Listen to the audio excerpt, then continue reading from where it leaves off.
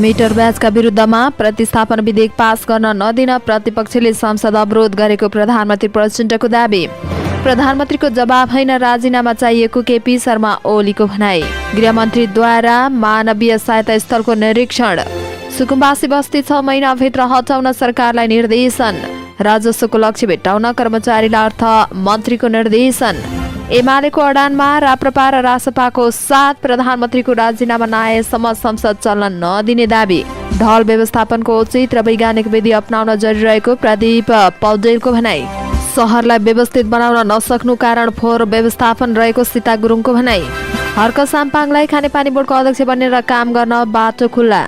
नेपाली समाजलाई अगाडि बढाउन पत्रकारिता क्षेत्रले महत्त्वपूर्ण भूमिका खेलेको सभामुखको भनाई।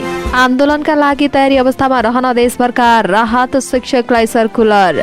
गुण्डा नाइके समीर मानसिंह बस्नेतलाई जन्मकैदको फैसला। युएईमा एक नेपालीले जिते 3 करोड 60 लाखको चिट्ठा। भन्छन् नेपाल फर्केर सानो व्यवसाय गर्छु। 70 राजमार्ग खुलाउन लाठीचार्ज र हवाई फायर। नदी किनाराको जग्गा ओगटेर बस्ने भूमाफियाहरूलाई कारबाही गर्नुपर्ने ठाकुर प्रसाद गैरेको दाबी। हातले टेकेर 75 वटा सिडी ओर्लिँदै हरिले बनाए कीर्तिमान। गायक रबिन तामाङको रगत र भिसेरा परीक्षण गर्ने। संसद बैठक अवरोधका कारण मिटर ब्याज सम्बन्धी अध्यादेश निष्क्रिय। 1xBet प्रकरणमा अरूको नागरिकता प्रयोग गरेर 31 करोडको कारोबार। माओवादी शक्तिहरू एकताबद्ध भएर 2064 को भन्दा बलियो शक्ति बन्दै गरेको प्रधानमन्त्री प्रचण्डको भनाई। एमाले संसदीय दलको बैठक सम्पन्न। देश विरोधी अभिव्यक्ति दिएको भन्दै प्रधानमन्त्रीको राजीनामा माग। राष्ट्रपतिको सहयोगार्थ अन्य राष्ट्रले सुरु गर्यो 1 रुपियाँ संकलन अभियान। प्रीतम सिंहको बारेमा दिएको अभिव्यक्तिलाई लिएर बवण्डर गर्न खोजिएको प्रधानमन्त्रीको आरोप।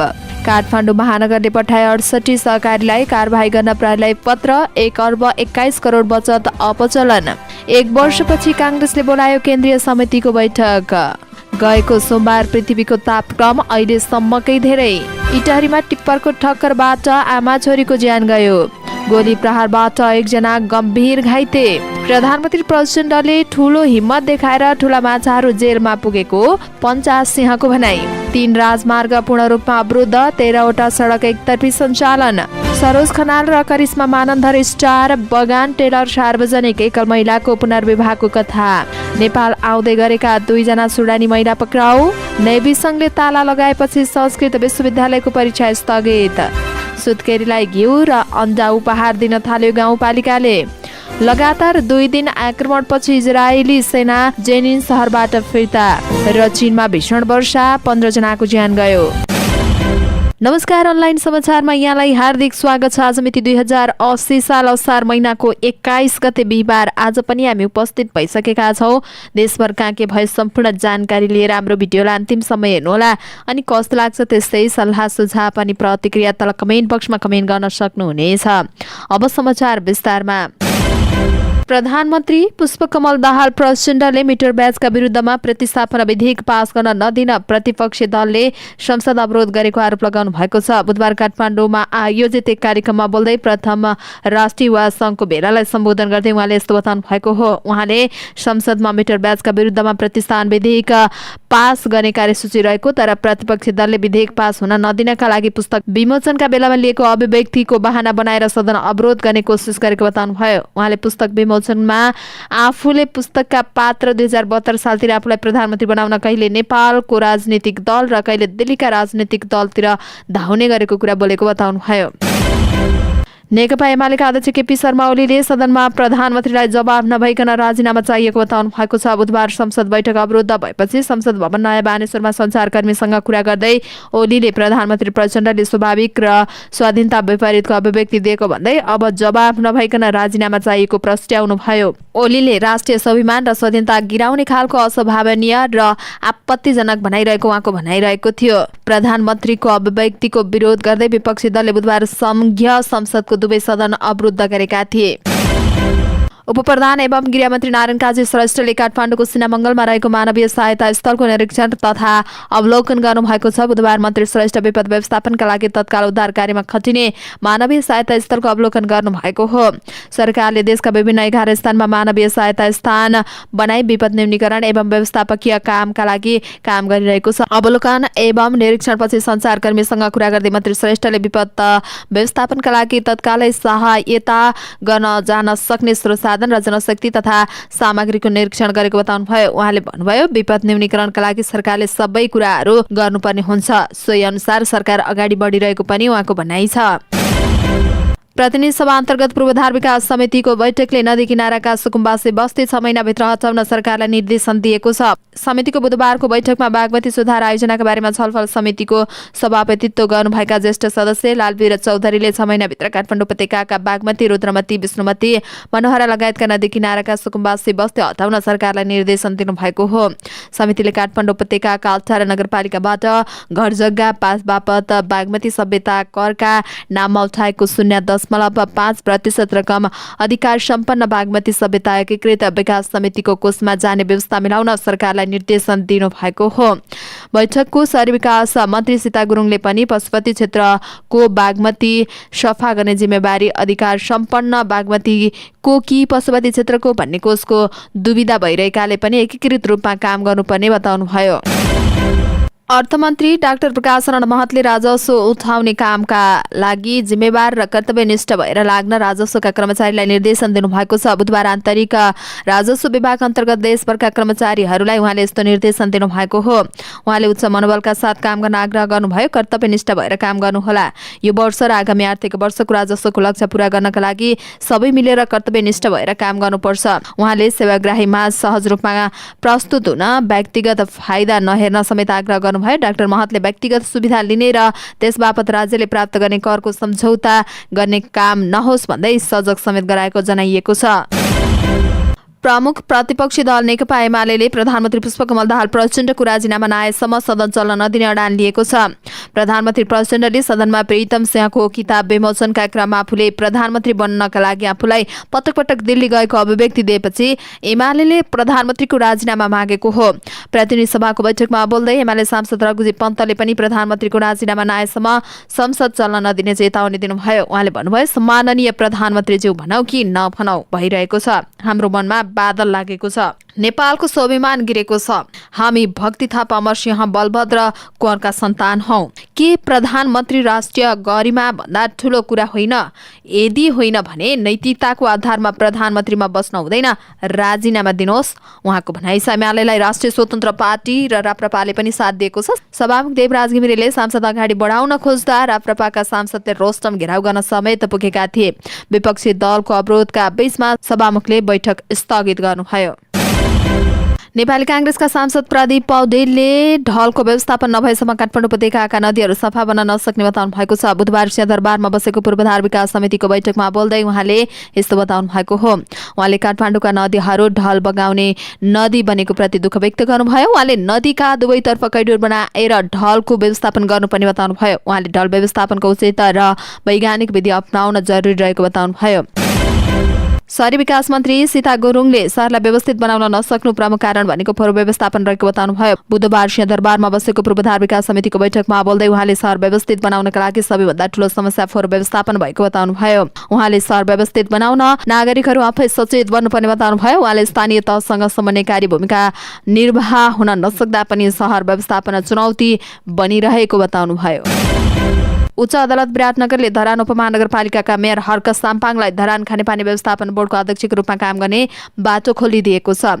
धरान खानेपानी व्यवस्थापन बोर्ड सदस्यले दायर गरेको रिटमा अन्तरिम आदेश दिन अस्वीकार गर्दै अदालतले अध्यक्षको रूपमा काम गर्न बाटो खुल्ला गराइदिएको हो।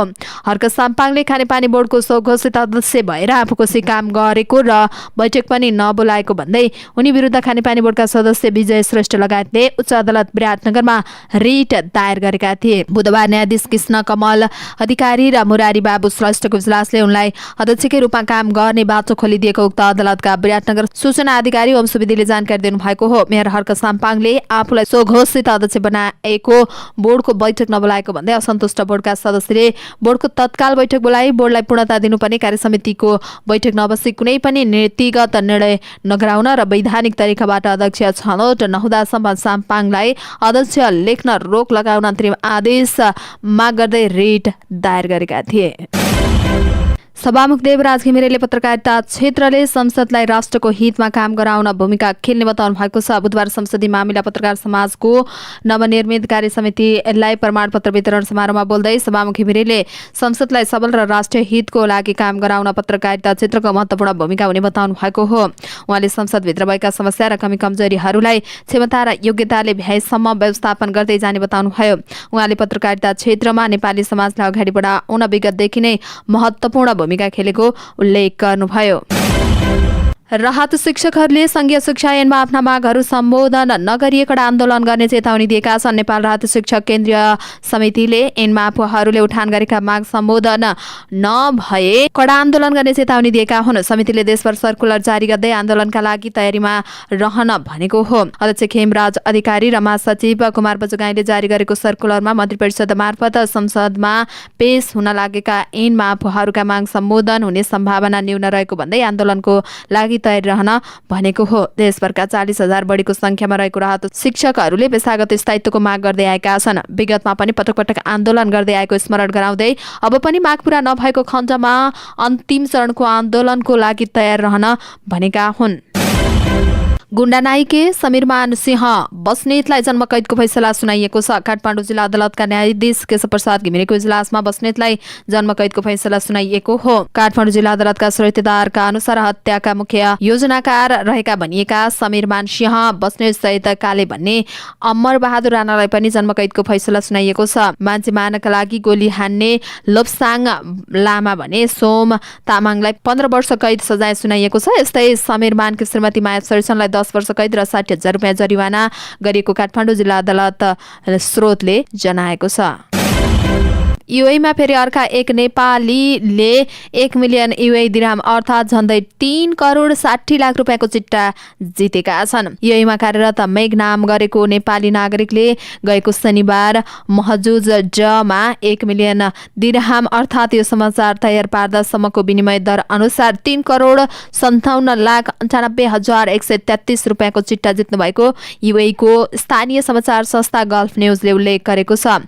मेघको अन्तिम नाम अर्थात् थर र नेपालको ठेगाना भन्ने समाचारमा उल्लेख गरिएको छैन। शनिबार भएको 135औं महजुज ड्र मार्फत मिलियन दिरहम जित्नेमा मेघ चौथो नेपाली हुनुभएको हो। यसअगाडि भारतले पहिलो पटक महजुजको ड्रमा 1 करोड दिरहम, पदमले 2 करोड दिरहम र सूर्यले 10 लाख युए दिरहम चिट्ठा जित्नु भएको थियो।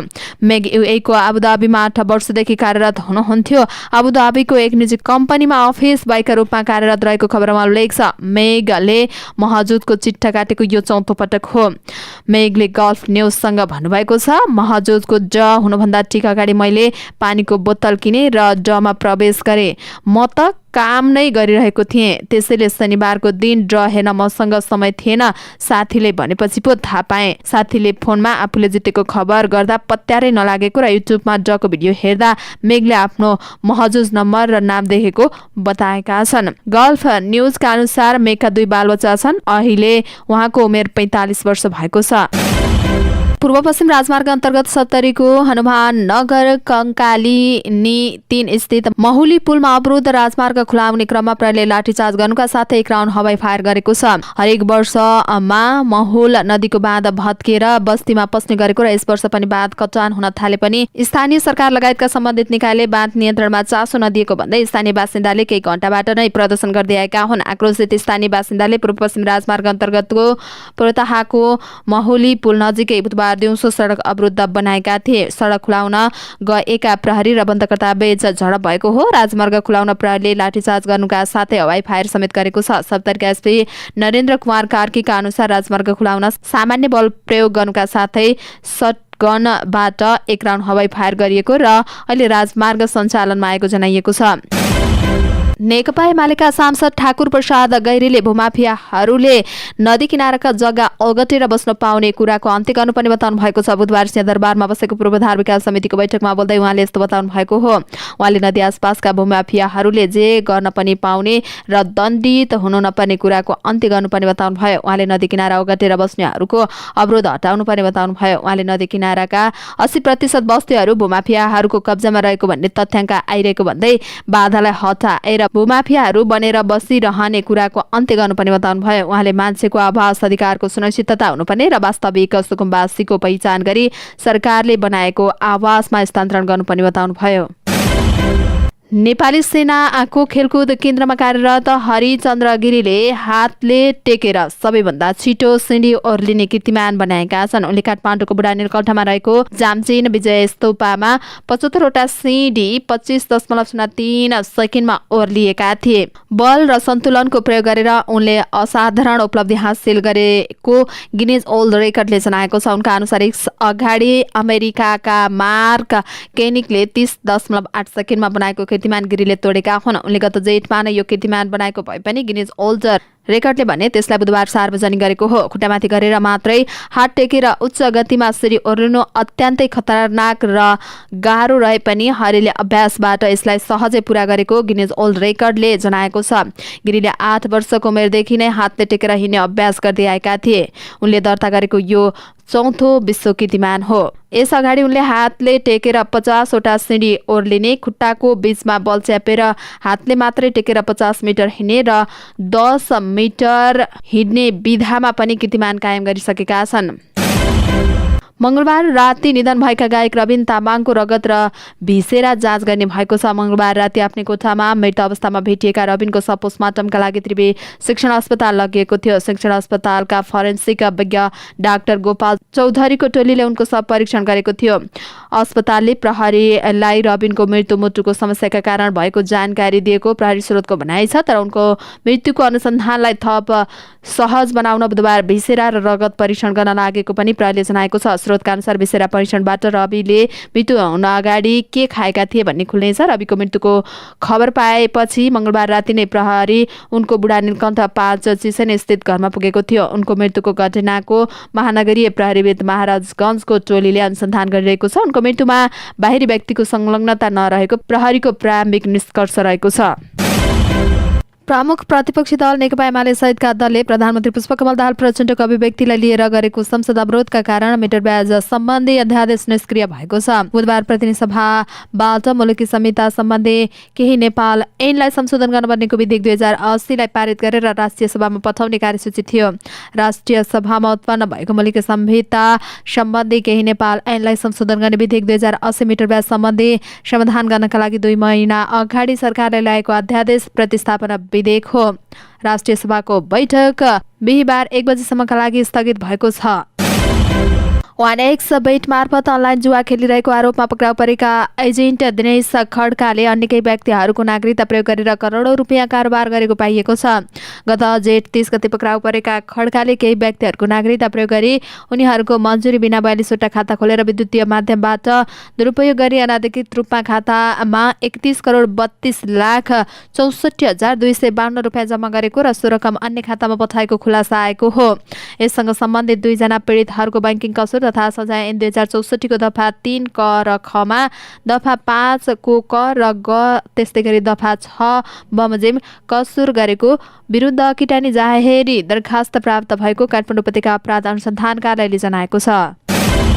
प्रधानमन्त्री पुष्पकमल दाहाल प्रचण्डले केही समयभित्र नै सबै माओवादीहरू एकै ठाउँमा आउने दाबी गर्नुभएको छ।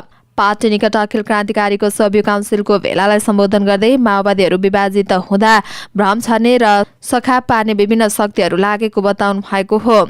उहाँले भन्नुभयो, हामीलाई घेरा हाल्ने र सखाप पार्ने प्रतिक्रियावादीहरू रणनीति रहेको छ। हाम्रा सिंह छन्, दारा छन् भनेर अपराधीकरण गरियो। हामीलाई सखाप पार्नको लागि अभियानको प्रतिवाद गरेर अहिले संघीय लोकतान्त्रिक गणतन्त्रमा आइपुगेका छौँ। अहिले पनि प्रतिक्रियावादी जाली फटाहाको त्यही नीति छ जो जुन जनयुद्धकालमा थियो। अहिले पनि त्यही डिजाइन अनुसार अगाडि बढिरहेका छौँ।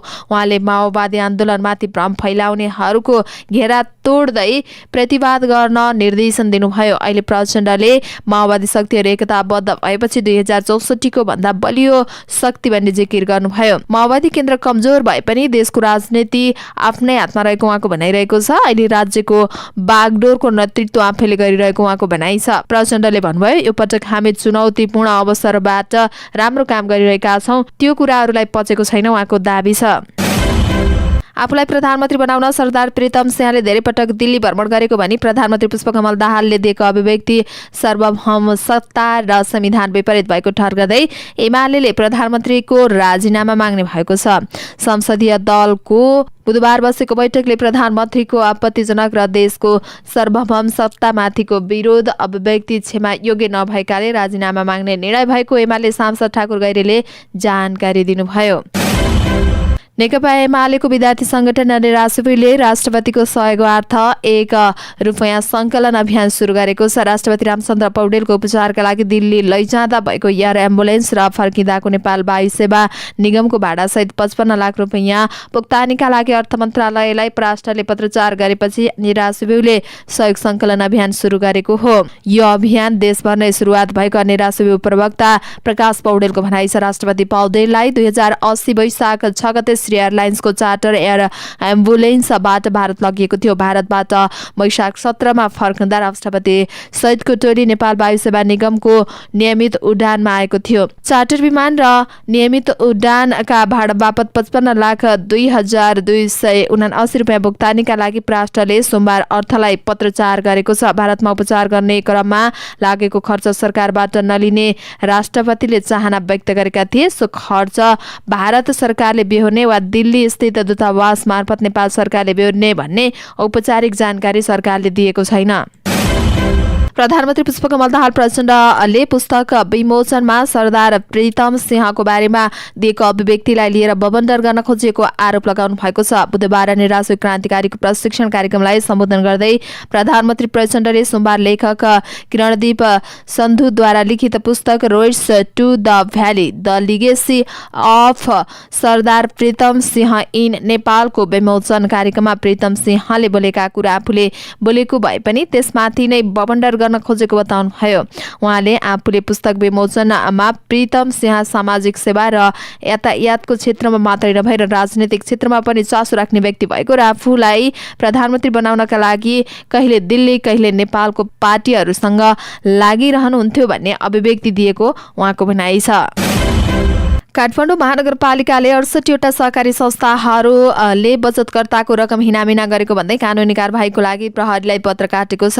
महानगरले 2072 सालदेखि 80 सालसम्म गरेर करिब 2700 जना बचतकर्ताहरूको ₹1,21,38,00,000 हिनामिना गरेको भन्दै जिल्ला प्रहरी परिसर काठमाडौँमा कारबाहीको लागि पत्र पठाएको हो। बचतकर्ताहरूले दिएको उजुरीका आधारमा महानगरले प्रहरीलाई पत्र पठाएको हो। महानगरको सहकारी विभागका अनुसार 2072 देखि 74 सालसम्म 1-1वटा, 75 सालमा 2वटा, 76 सालमा 5वटा, 77 मा 11वटा, 78 मा 18वटा सहकारीबाट बचतकर्ताको रकम हिनामिना भएको भन्दै प्रहरीलाई पत्र काटिएको थियो। त्यसयता भने सहकारीले रकम अपचलन गरेको संख्यामा उल्लेखनीय वृद्धि भएको छ। 2079 यता मात्रै 30वटा सहकारीले 33,63,00,000 रकम हिनामिना गरेको विभागले जनाएको छ। नेपाली कांग्रेसले 27 असारमा केन्द्रीय समितिको बैठक बोलाएको छ। बुधबार सभापति शेरबहादुर देउबा, उपसभापति द्वय पूर्णबहादुर खड्का र धनराज गुरुङ तथा महामन्त्री द्वय गगन थापा र विश्वप्रकाश शर्माले केन्द्रीय समितिको बैठक टुङ्गो लागेको बताउनु भएको हो। यसअगाडि कांग्रेस केन्द्रीय समितिको बैठक 27 असारदेखि 2 साउनसम्म बसेको थियो। त्यसपछि केन्द्रीय समितिको बैठक बस्न सकेको थिएन। 27 असारदेखि केन्द्रीय समितिको बैठक बोलाउने निर्णय भएको कार्यवाहक मुख्य सचिव प्रदीप पराजुलीले जानकारी दिनुभयो। विधान अनुसार कांग्रेसको केन्द्रीय समितिको बैठक हरेक 2 महिनामा बस्नुपर्ने हुन्छ। पृथ्वीको तापक्रम अहिलेसम्मकै उच्च भएको छ। गएको सोमबार अर्थात् जुलाई 3 तारिकका दिन विश्वको तापक्रम अहिलेसम्मकै उच्च भएको अमेरिकी वैज्ञानिकलाई उद्धृत गर्दै बीबीसीले जनाएको छ। गएको सोमबार पृथ्वीको तापक्रम 17.01 डिग्री सेल्सियस पुगेको खबरमा उल्लेख छ।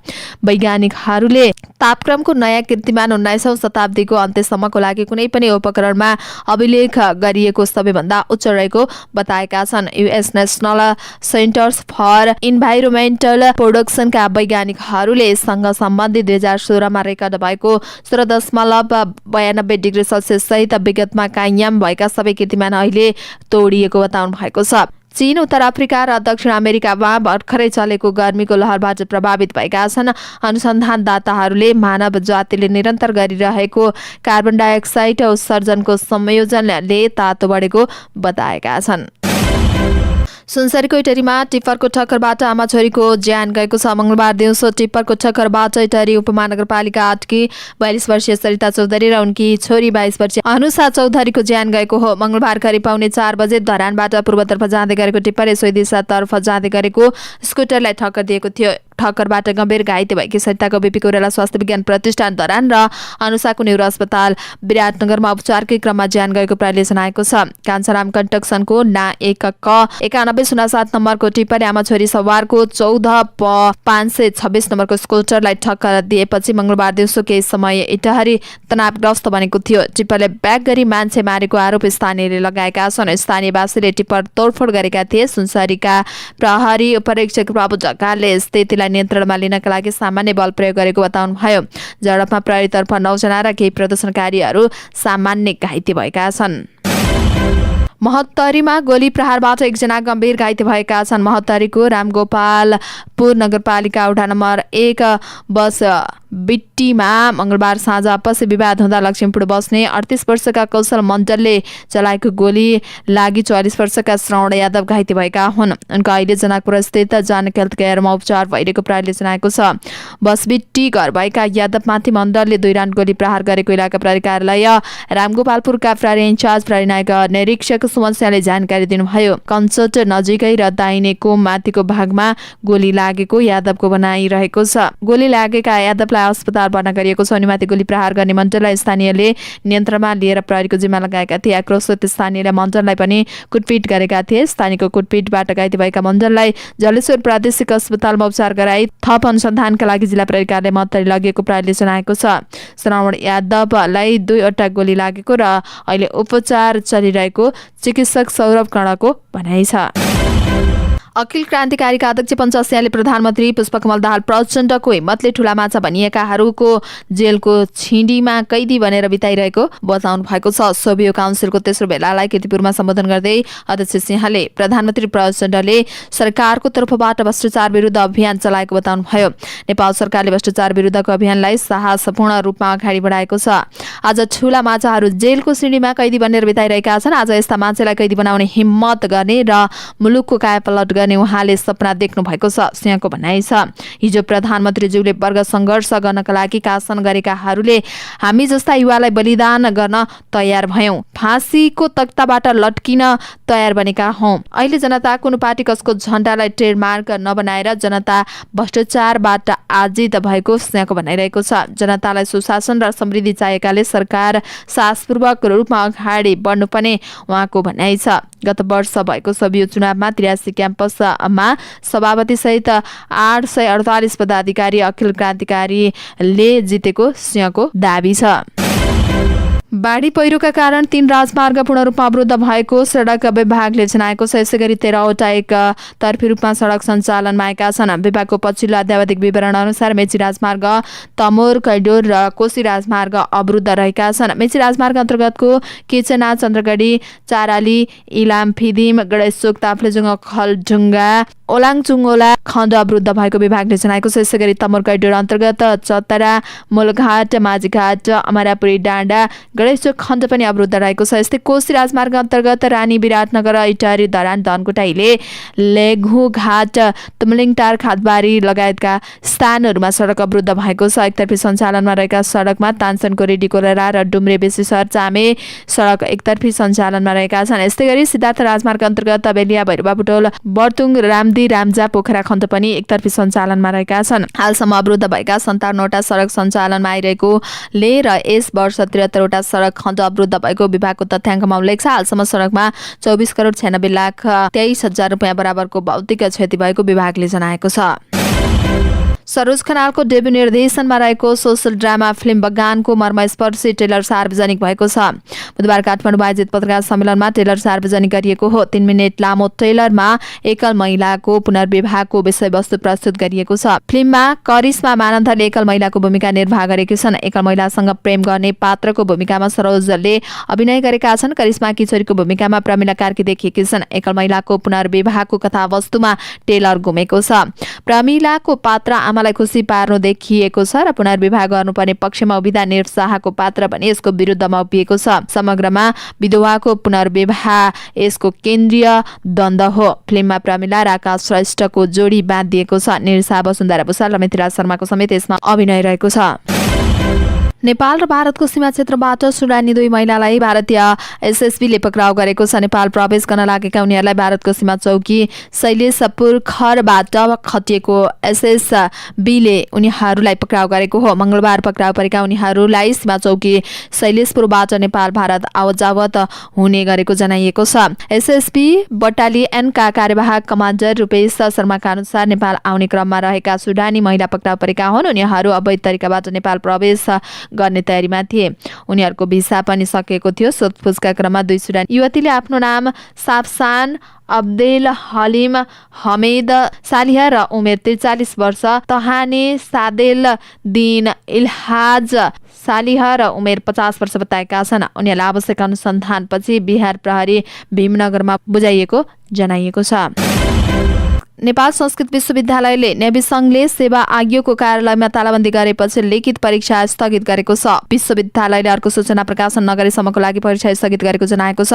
विश्वविद्यालयका अनुसार सेवा आयोगबाट 2078 चैत 16 गते प्रकाशित विज्ञापन नम्बर 03087879 उपप्राध्यापक र 047879 वरिष्ठ प्रशिक्षक पदको लिखित परीक्षा मिति 2080 3 महिना 21 गतेदेखि लोकसेवा आयोग अनामनगर काठमाडौँमा परीक्षा हुने गरेकोमा परीक्षा कार्यक्रम तोकिएको थियो। मिति 2080 3 महिना 9 देखि नेभी संघ सेवा आयोगको कार्यालयमा तालाबन्दी भई लिखित परीक्षासँग सम्बन्धित आवश्यक कागजात कार्यालयभित्रै रहेका कारण उल्लेखित लिखित परीक्षा अर्को सूचना प्रकाशन नभएसम्मको लागि स्थगित गरिएको बेहोरा सम्बन्ध सबैको जानकारीका लागि यो सूचना प्रकाशित गरिएको छ। सूचनामा उल्लेख छ, गत सोमबार नेपाली कांग्रेसका महामन्त्री गगन कुमार थापाले राजनैतिक दलको झोला बोकेर विश्वविद्यालय छिन पाइँदैन भन्ने कुरालाई स्थापित गर्नुपर्ने पनि बताएका थिए।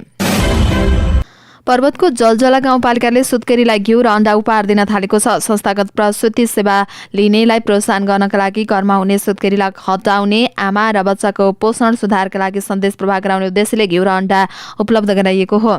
चालु आर्थिक वर्षमा 4 लाख रुपियाँ बजेट विनियोजन गरिएको उपाध्यक्ष सुत्केरी पोषण कार्यक्रम मार्फत संस्थागत सुत्केरी भएकाहरूलाई घिउ तथा अण्डा वितरण गरिएको उपाध्यक्ष दीपक आचार्यले जानकारी दिनुभएको हो।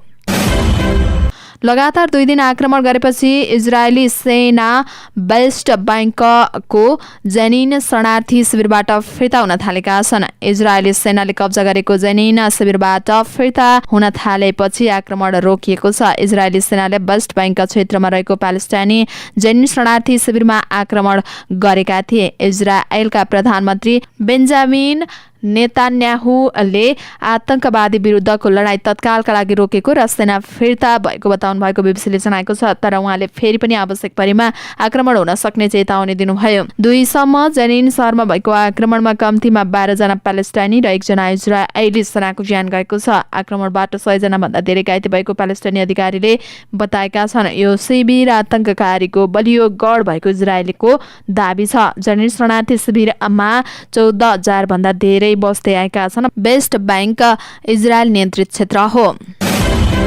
दक्षिण पश्चिम चीनमा भीषण वर्षाका कारण 15 जनाको ज्यान गएको छ भने अन्य 4 जना बेपत्ता भएका छन्। सोमबारबाट परेको मुसलधारे वर्षाका कारण बुधबार बिहान 7 बजेसम्म दक्षिण पश्चिम चीनको चोङकिङ नगरपालिकामा 15 जनाको ज्यान गएको छ र 4 जना बेपत्ता भएको राज्य सञ्चालित समाचार समिति सिन्हाले जनाएको बताइएको छ। मौसम विज्ञान विभागका अनुसार मंगलबार मध्य र दक्षिण पश्चिम चीनमा धेरै भूभागमा भीषण वर्षा हुने जनाउँदै सावधानी अपनाउन सर्वसाधारणमा अनुरोध गरेको थियो। वर्षाका कारण करिब 85,000 मानिस विस्थापित भएका छन्। छिमेकी सिचुआन प्रान्तमा पनि 4,60,000 भन्दा धेरै सर्वसाधारण प्रभावित भएका छन्। राष्ट्रपति सी जिनपिङले सबै तहका अधिकारीहरूलाई जनताको सुरक्षा र सम्पत्तिको संरक्षणलाई उच्च प्राथमिकता दिन निर्देशन दिनुभएको छ। हवस् त दर्शक महानुभावहरू, आजका मुख्य समाचारहरू यति नै। हामीले प्रस्तुत गरेका विषयहरूप्रति तपाईँको धारणा के छ तल कमेन्ट बक्समा कमेन्ट उल्लेख गर्नुहोला। साथै तपाईँलाई लागेका कुनै पनि विषय उठाइदिए हुन्थ्यो जस्तो लाग्छ अथवा कुनै विषयमा समाचार दिन छुटाएका छौँ भने तपाईँ हामीलाई हाम्रो फेसबुक पेजमा गएर मेसेज पनि गर्न सक्नुहुनेछ अथवा तल कमेन्ट बक्समा कमेन्ट पनि गर्न सक्नुहुनेछ। तपाईँको कमेन्टले हामीलाई काम गर्नका लागि अझै ठुलो ऊर्जा दिनेछ। हाम्रो मेहनतको लागि एउटा यो भिडियोमा लाइक र कमेन्ट अवश्य गरिदिनुहोला अनि च्यानललाई सब्स्क्राइब गर्नुभएको छैन भने पनि सब्स्क्राइब गरेर अल नोटिफिकेसन अन गर्न नछुटाउनुहोला। हामी पल पलका अपडेट लिएर फेरि आउने नै छौँ। त्यतिन्जेल तपाईँको हरेक पल शुभ रहोस्। नमस्कार।